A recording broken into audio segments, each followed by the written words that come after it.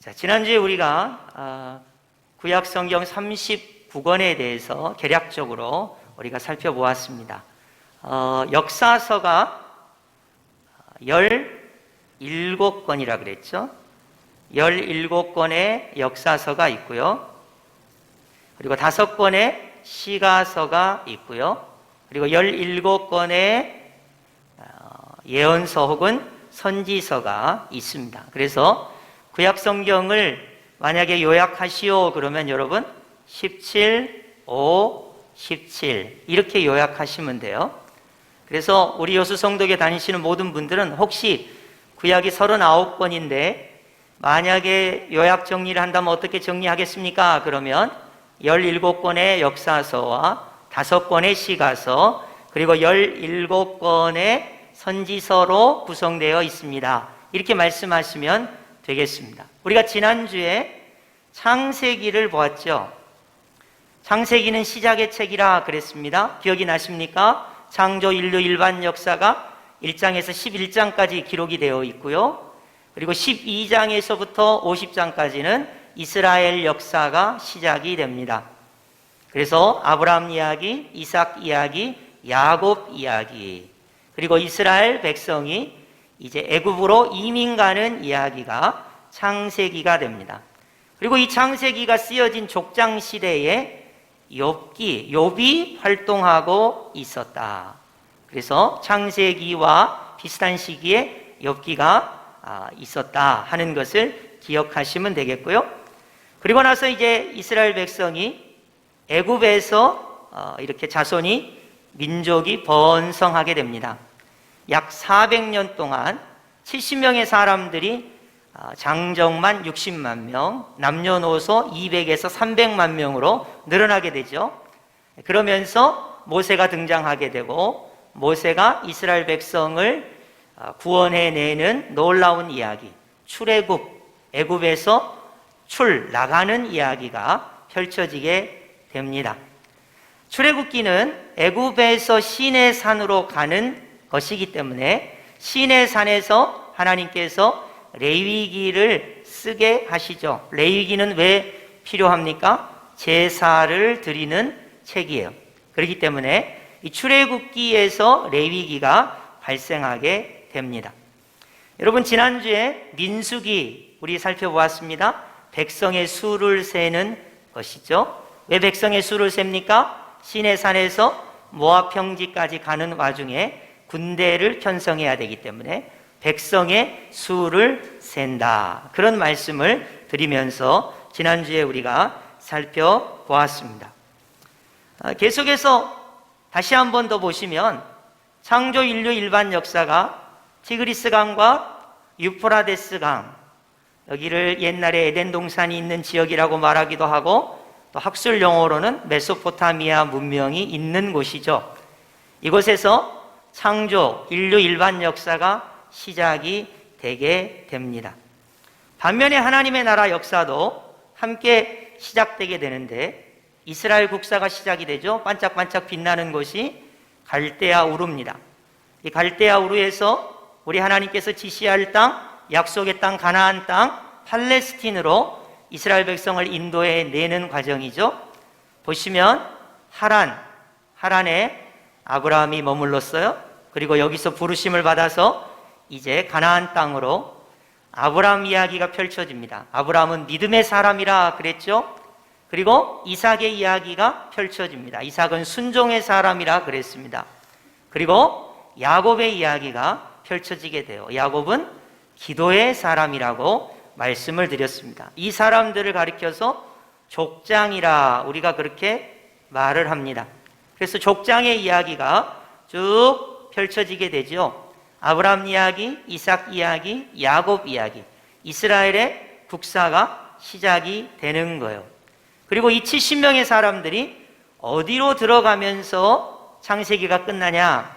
이집트 고센 땅으로 들어가면서 창세기가 끝이 나게 되는 겁니다. 그리고 이제 창세기가 끝이 나게 되면 이제 출애굽기가 시작이 돼요. 출애굽이란 말은 입애굽의 반대말이 되겠죠. 아까 이스라엘 백성이 70명이 애굽에 들어왔어요. 그리고 이제 출애굽하려면 나가야 하는 거예요. 나가는 것은 400년이 지나서 이스라엘 백성이 노예가 되게 됩니다. 그리고 나서 모세가 등장을 하죠. 모세가 사람을 때려 죽이고 이제 미디안 광야로 시내 산으로 이렇게 도망을 가게 돼요. 40년 동안 목동 생활하다가 시내 산에서 여호와 하나님을 만납니다. 하나님은 스스로 계신 분이에요. 이 하나님께서 너에게 사명을 주시는데 어떤 사명을 주시느냐? 이스라엘 백성을 구원해 내라는 거예요. 내가 무슨 힘이 있어서 능력이 있어서 이스라엘 백성을 구원해 내겠습니까? 우리 하나님이 함께 하신다고 그랬습니다. 그래서 모세를 이렇게 다시 애굽으로 보냅니다. 여기서 10가지 재앙이 일어나죠. 10번째 재앙, 6월절 재앙 때 이제 바로가 완전히 항복을 하고 이스라엘 백성을 이렇게 시내산으로 출애굽 시켜줍니다. 그래서 출애굽기의 이야기는 쉽습니다. 이집트에서 왔다가 시내산에서 갔다가 다시 이집트에서 시내산으로 출애굽하는 이야기가 출애굽기의 이야기입니다. 그래서 출애굽기의 끝은 시내산이에요. 여기 시내산에서 우리 하나님께서 언약을 맺으시고, 그렇죠? 법을 주시고 십계명 두 돌판을 주셨어요. 그리고 성막을 설치하게 하셨습니다.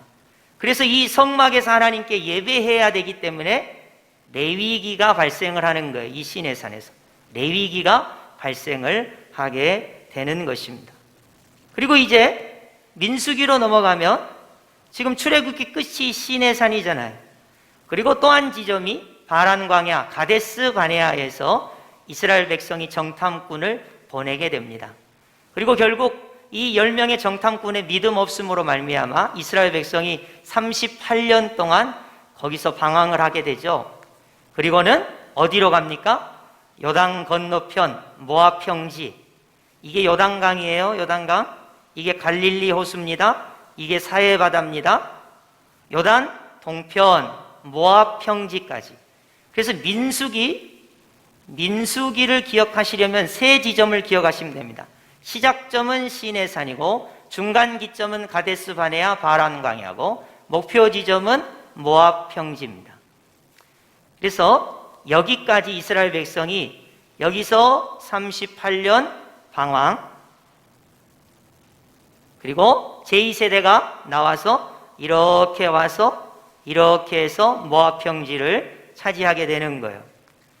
그러면서 여기서 모세가 죽음을 맞이하게 되고 신명기서를 쓰게 됩니다. 그래서 민수기에 같이 발생하는 종속 목록은 신명기서라고 우리가 말할 수가 있는 것입니다. 여기까지가 우리가 지난주에 살펴보았던 내용입니다. 이제 오늘 여호수아서를 우리가 살펴볼 텐데요. 여호수아서 오늘 본문이 이렇게 시작하고 있습니다. 여러분 잘 보시고 빈칸을 한번 채워보세요. 여호와의 종 누구가 죽은 후에? 모세가 죽은 후에 이제 모세가 죽게 됩니다. 여러분 이렇게 안타까운 일이 있을 수 있나요?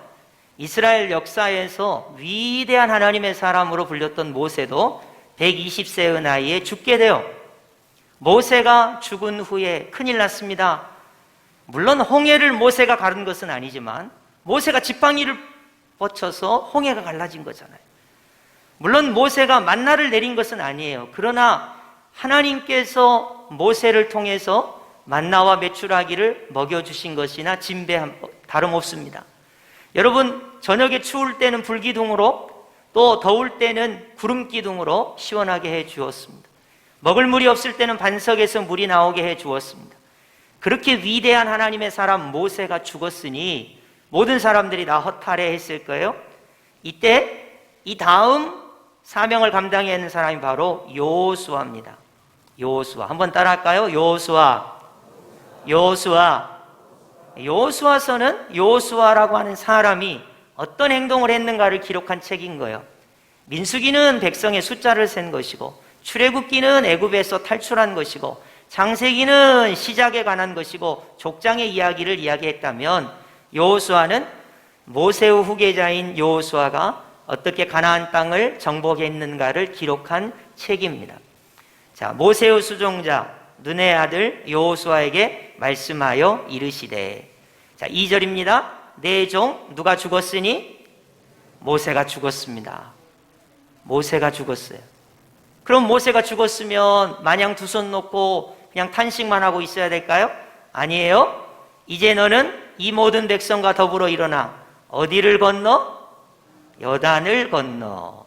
아까 여러분 지도 기억이 나시나요? 이게 갈릴리 호수면 이게 요단강이고 이게 사해예요. 그러면 지금 이스라엘 백성은 여기에 거주하고 있는 거예요. 그럼 어디를 건너야 되느냐? 요단강을 건너야 합니다. 그래서 요단강 서편을 점령해야만 하는 것이죠. 자, 그러면 우리 하나님께서 과연 여호수아에게 어떤 말씀을 주셨을까요? 그리고 오늘을 사는 우리는 어떤 말씀을 받아들여야 할까요? 자, 우리 함께 5절 합독하겠습니다. 시작. 내 평생에 너를 능히 대적할 자가 없으리니 내가 모세와 함께 있었던 것 같이 너와 함께 있을 것임이니라. 내가 너를 떠나지 아니하며 버리지 아니하리니. 아멘. 지금 여호수아와 이스라엘 백성의 문제점은 뭐냐면 모세가 없다는 거예요. 근데 중요한 것은 뭡니까? 우리 하나님께서 모세와 함께 있었던 것 같이 누구와 함께 하신다고요? 너와 함께 있을 것이다. 이렇게 선포하고 있습니다. 여러분, 모세의 하나님이 여호수아의 하나님인 줄 믿으시기 바랍니다. 뿐만 아니라 모세와 여호수아의 하나님이 바로 나와 함께 하시는 하나님이신 것을 믿으시기 바라요. 여러분, 우리가 오늘을 살면서 모세의 하나님, 모세와 함께 하신 하나님, 여호수아와 함께 하신 하나님, 그 하나님이 오늘 나와 함께 하시는 거예요. 그렇기 때문에 우리가 이 구절에 주목해서 보아야 합니다. 너는 어떻게 하라고요? 강하고 담대하라. 두렵고 떨리고 슬프고 죽음의 위험 가운데 있을지라도 우리 하나님이 너와 함께 하심으로 너는 강하고 담대하라. 우리 하나님께서 여호수아에게 이 말씀을 주시는 것입니다. 여러분, 우리 하나님은 모세만 특별히 사랑하셔서 너는 강하고 담대하라, 여호수아만 사랑하셔서 너는 강하고 담대하라 그러신 게 아니에요. 예수님을 믿고 구원받은 오늘 우리에게도 너는 강하고 담대하라는 거예요. 가정에 문제가 있어도, 물질의 문제가 있어도, 건강의 문제가 있어도, 삶의 여러 가지 어려운 문제가 있어도, 저 가나안 땅에 난공불락과 같은 요새들이 있을지라도 하나님이 너와 함께 하시니 너는 강하고 담대하라고 말씀하고 있는 것입니다. 한번 따라해 볼까요? 강하고 담대하라. 여러분, 이 말씀 누가 주신 말씀이에요? 하나님께서 모세에게, 하나님께서 여호수아에게, 하나님께서 오늘 우리에게 주시는 말씀인 줄 믿습니다. 강하고 담대하라. 이 말씀 붙들고 요단강을 건너면 되는 거예요. 자, 이제 여호수아서를 우리가 한번 살펴보겠습니다. 여호수아서 보시면 수 그랬는데 여호수아의 약자입니다. 자, 모세가 죽은 후 여호수아가 가나안 땅을 정복한다. 그러니까 여호수아의 사명은 모세의 뒤를 이어서 가나안 땅을 정복하는 것입니다. 그래서 여호수아서의 핵심은 요단강을 건너서 가나안 땅을 어떻게 정복하느냐, 거기에 있어요. 자, 하나님 나라 백성에게 뭐가 생겼습니까? 영토가 생겼어요. 여러분, 창세기를 보면 창세기 출애굽기에서 국민이 만들어졌죠. 그리고 출애굽기 끝에 법이 주어졌습니다. 나라의 3요소는 국민, 주권, 그리고 영토 아닙니까? 그러니까 이제 영토가 생겼으니까 이스라엘이라고 하는 나라가 세워진 것이죠. 이스라엘이라고 하는 나라가 세워졌어요. 자, 이 이야기를 이제 여호수아서에 나타나게 됩니다. 우리 여호수아서를 보면서 어떻게 정복을 했는지 한번 잠깐 살펴보도록 하겠습니다. 아까도 말씀드렸다시피 이게 갈릴리 호수예요. 갈릴리 바다라고도 하고요, 디베라 바다라고도 합니다. 이게 요단강입니다. 요단강이 이렇게 쭉 흐르고 있죠. 이게 사해입니다. 사해. 소금기가 가장 많아서 사람이 수영을 손발짓을 안 해도 뜨는 곳이죠. 자, 여기에 지금 이스라엘 백성이 요단 동편 모압 평지에 이렇게 차지하고 있습니다. 지금 루벤 지파, 갓 지파, 므낫세 절반이 이렇게 차지하고 있어요. 이제 그리고 나서 요단강을 도하하면 됩니다. 이렇게 도하를 합니다. 여기 모압 평지에 있죠? 요단강을 건너게 돼요.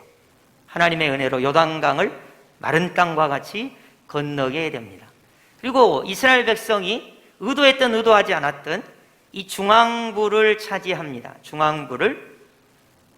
그러니까 먼저 중앙을 차지하고, 그리고 남부 연합군을 기브온 전투에서 무찌르고,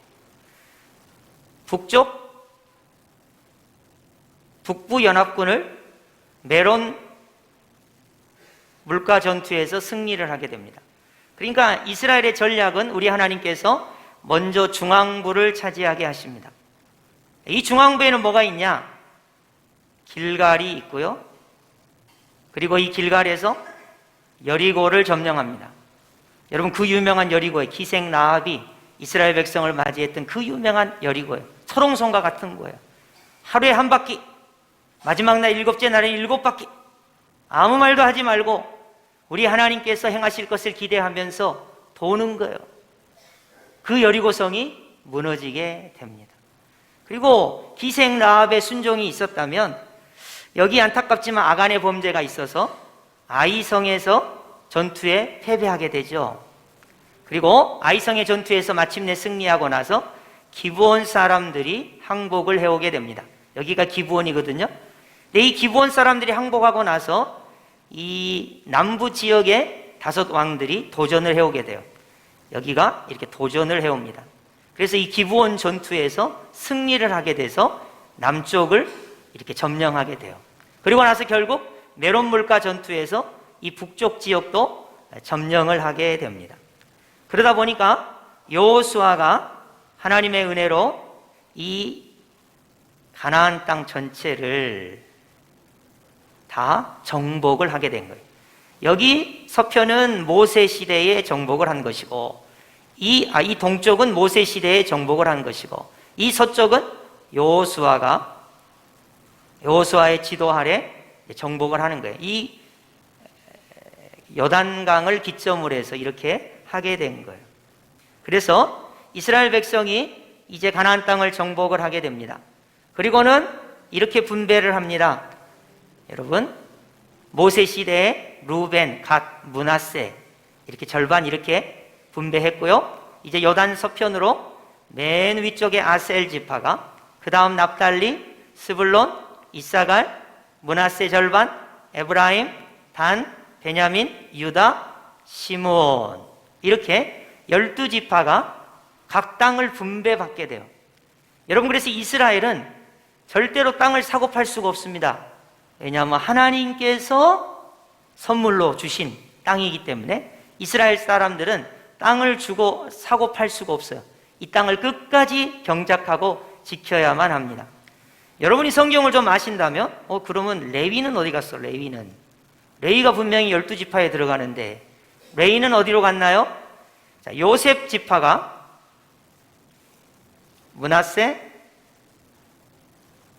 에브라임으로 되면서 레위는 땅을 분배받지 못합니다. 48개 성읍에 흩어져서 오직 하나님만 섬기는 거예요. 하나님만이 자신들의 분깃이 되는 거예요. 말씀을 가르치고 예배에 집중하는 거예요. 그래서 우리 하나님께서 이 이스라엘 백성에게 영토는 12지파에게, 레위 지파는 이 세상의 것이 아니에요. 오직 하나님의 말씀과 예배에 집중하도록 제사장으로 부르신 지파가 레위 지파입니다. 여러분, 여기서 우리가 하나 기억해야 될 거 있어요. 우리가 이 세상을 하나님이 함께 하심으로 강하고 담대하게 살아야 돼요.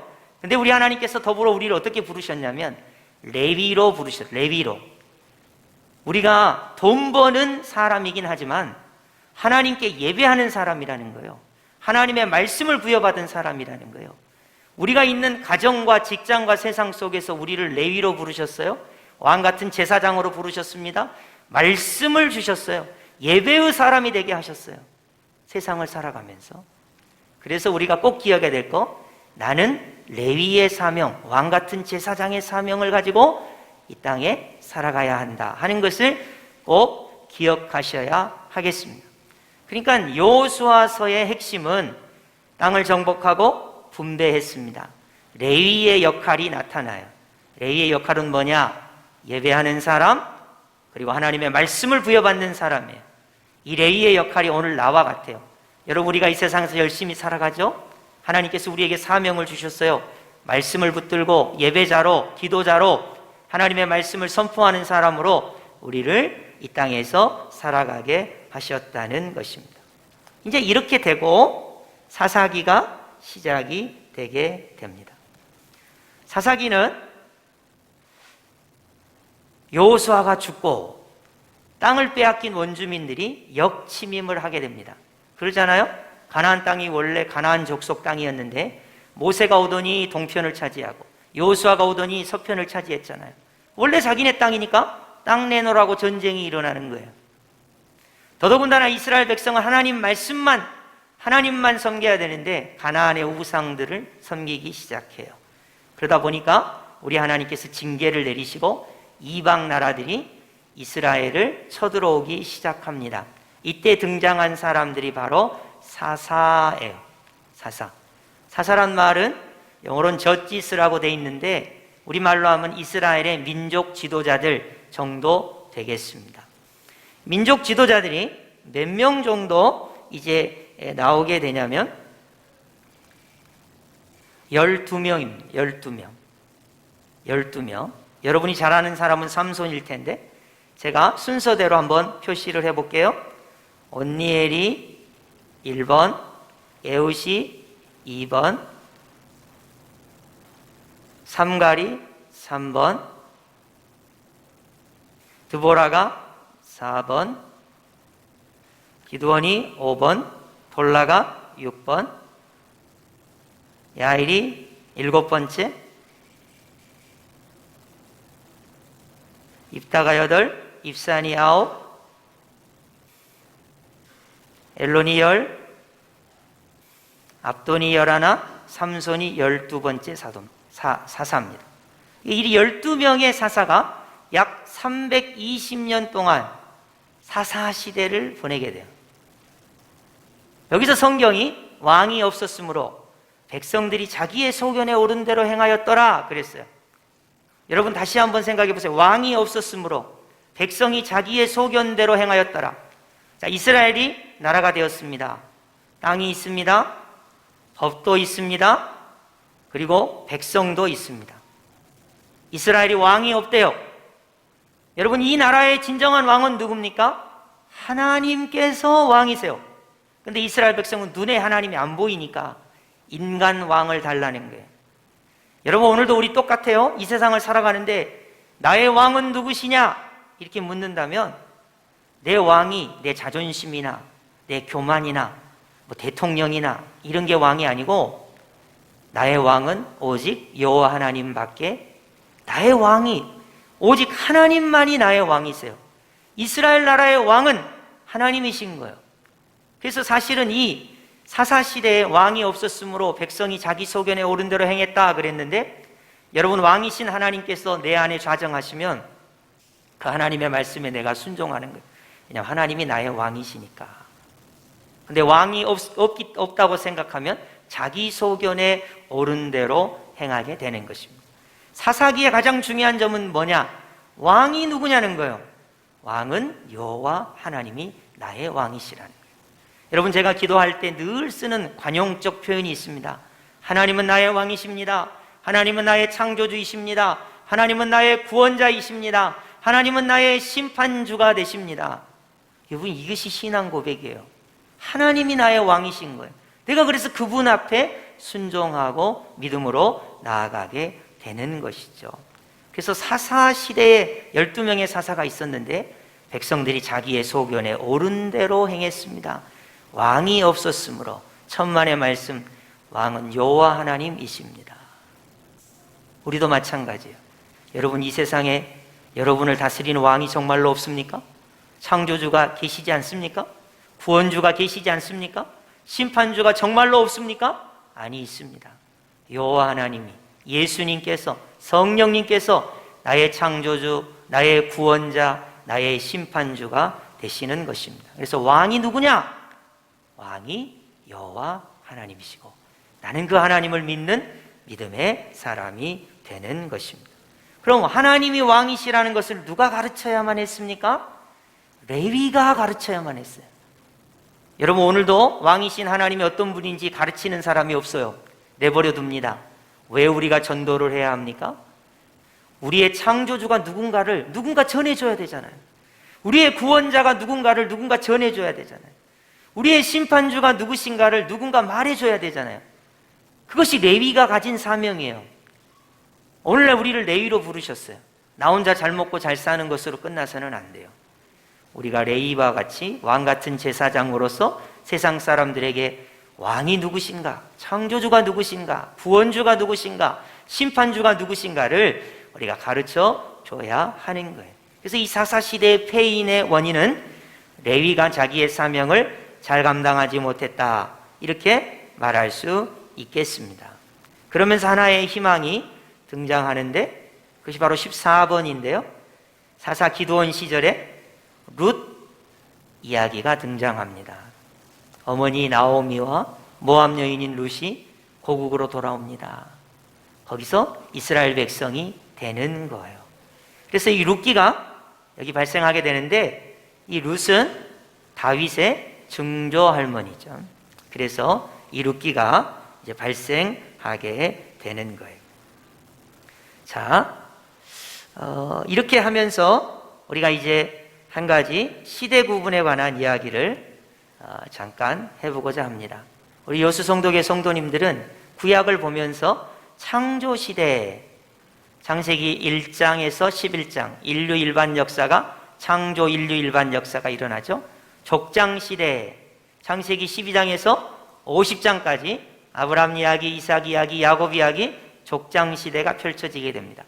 모세시대, 출애굽하고 광야까지, 그리고 요단 동편 점령하는 것까지 모세시대입니다. 이게 모세 오경이에요. 창, 출, 내, 민, 신.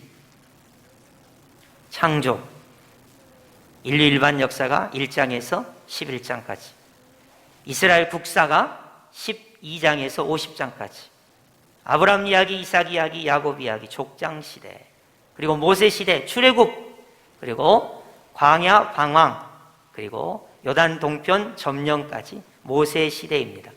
이렇게 5번이고요. 그리고 길게 이어지는 시대가 바로 사사시대입니다. 사사시대. 시대를 구분하실 수 있어야 돼요. 자, 여호수아도 사사에 들어갑니다. 당연히 사사기는 12사사의 이야기가 사사기고, 룻기도 아까 사사기라 그랬죠. 사무엘 상하에 사무엘이 나와요. 사무엘도 사사에 속합니다. 그래서 이 책들이 다 사사시대에 속한 목록들이에요. 그리고 여러분이 이제 하나 더 미리 힌트를 드리면, 사사시대 후에 왕정시대가 오게 돼요. 그래서 여러분들이 적어도 창조시대, 족장시대, 모세시대, 사사시대, 왕정시대가 있다는 것을 아시면서 성경을 보시면 매우 유익하리라고 생각이 됩니다. 그러면 이제 사사기의 시간은 마치고 이제 사무엘상하로 가도록 하겠습니다. 자, 사무엘상하는 생각밖에 쉽습니다. 사사시대가 끝나고 백성들이 왕을 원했어요. 그래서 1대 왕으로 사울이 등장합니다. 40년 통치하고요. 2대 왕으로 다윗이 등장을 해요. 그래서 사무엘상하의 주요한 인물 3명은 사무엘, 사울, 다윗, 이렇게 3명입니다. 여러분, 사무엘이 뭐로 유명한지 아세요? 기도의 사람으로 유명해요. 나는 결코 기도를 씌는 죄를 범치 않겠노라. 순종하는 것이 제사를 드리는 것보다 낫다. 이렇게 외쳤던 인물이 바로 사무엘입니다. 여러분, 사울은 이스라엘의 1대 왕이죠. 그리고 다윗은 이스라엘의 2대 왕입니다. 그래서 사무엘상하의 주요 인물 사무엘, 사울, 다윗 이야기가 펼쳐지게 되는 것이죠. 특별히 사무엘상은 사무엘의 생애, 사울의 생애, 다윗의 등장 이런 이야기를 하고 있고요. 사무엘하는 다윗 왕의 초년기, 중년기, 노년기 이런 것들을 말하고 있습니다. 그래서 사무엘상하에 가장 중요한 세 사람을 뽑아라. 그러면 사무엘이에요, 사무엘. 그리고 1대 왕인 사울, 2대 왕인 다윗. 이 세 사람의 이야기를 하는 책이 사무엘상하입니다. 그래서 아까 사사시대에서 왕정으로 접어들었어요. 왕정으로. 하나님만이 왕이던 시대, 사사시대에서 이제 하나님이 왕이시지만 왕으로서 인간 왕이 대리 통치자로 사역하는 시대가 펼쳐지게 되는 거예요. 여기서 가장 중요한 것은 대리 통치자인 왕이 어떻게 하나님의 뜻대로 나라를 다스리느냐는 거예요. 왜 다윗이 하나님의 마음에 합한 모델 왕입니까? 다윗은 성전을 건축하고자 했습니다. 성전을 건축하고자 했어요. 하나님의 궤가, 하나님의 전이 장막에 있도다. 나의 왕국은 이렇게 호화로운데 어떻게 하면 내가 하나님의 성전을 지을 수가 있을까? 하나님의 궤가 들어올 때 춤을 췄습니다. 하나님을 찬양합니다. 하나님께 예배하는 사람입니다. 물론 간음죄와 또 살인죄가 있지만 그는 회개했습니다. 그리고 하나님을 예배하고 하나님께 경배하고 하나님께 회개하는 예배의 사람이에요. 그래서 우리 하나님께서 하나님의 마음에 합한 모델 왕이 다윗이 된 거예요.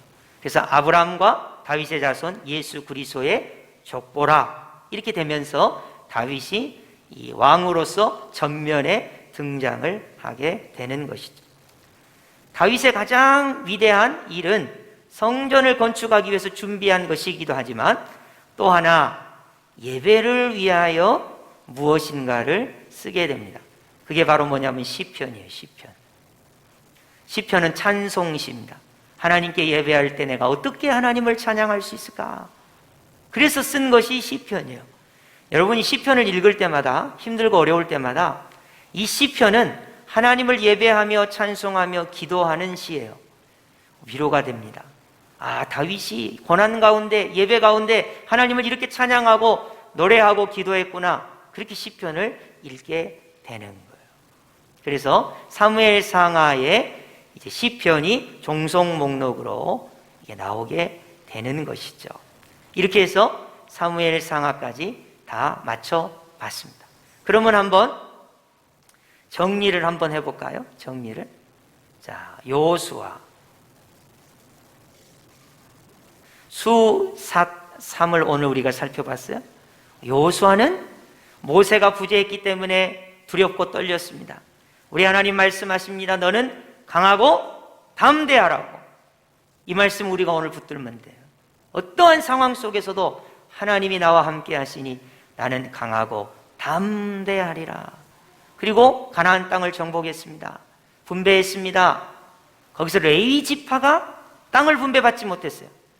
여러분, 우리가 레위라면 이 세상의 것이 하나님이 우리에게 주시는 거 아니에요. 우리는 하나님이 우리의 소유입니다. 하나님이 우리의 분깃이에요. 우리를 제사장으로, 말씀을 맡은 자로, 예배자로 하나님께서 부르신 거예요. 우리가 레위의 사명을 감당해야 하는 것이죠. 사사기 시대에 왕이 없었으므로 백성이 자기 소견대로 행했습니다. 오늘날에도 왕이 없는 것처럼, 창조주가 안 계신 것처럼, 구원주가 안 계시는 것처럼, 심판주가 안 계시는 것처럼 마음대로 행하는 사람들이 많습니다. 아닙니다. 왕은 여호와 하나님이십니다. 창조주는 하나님이십니다. 구원주는 예수님이십니다. 심판주로 산자와 죽은 자를 심판하러 우리 예수님이 이 땅에 다시 오실 것입니다. 그러므로 이것을 모르는 자에게, 자기 소견에 사는 사람들에게 왕이 계시다, 창조주가 계시다, 심판주가 계시다, 구원주가 계시다, 누가 말해야 한다고요? 레위가 말해야 한다고요. 그 레위가 누구라고요? 바로 나라고요. 왕 같은 제사장이라고. 그래서 전도하는 거예요. 이제 사무엘상하로 넘어옵니다. 인간 왕이 등장했어요. 사무엘은 기도를 쉬는 죄를 범치 아니하리라 했습니다. 기도하면서 세운 왕이 사울 왕이에요. 그러나 사울 왕은 하나님의 마음에 합한 자가 아니었습니다. 다윗은 비록 죄를 짓고 간음죄를 짓고 살인죄를 저질렀어도 하나님의 마음에 합한 모델 왕이었습니다. 왜냐하면 그는 회개하는 사람이었으니까, 그는 성전 중심의 사람이었으니까, 기도하는 사람이었으니까, 예배하며 하나님 앞에 서는 존재가 바로 다윗이었어요. 그래서 하나님의 마음에 합한 모델 왕이 다윗이 되는 것입니다. 여러분, 우리가 하나님의 마음에 합하려면 다른 거 없어요. 성전 중심의 삶, 기도하는 삶, 예배 중심의 삶을 살 때 우리 하나님께서 우리를 기뻐하시는 줄 믿으시기 바랍니다.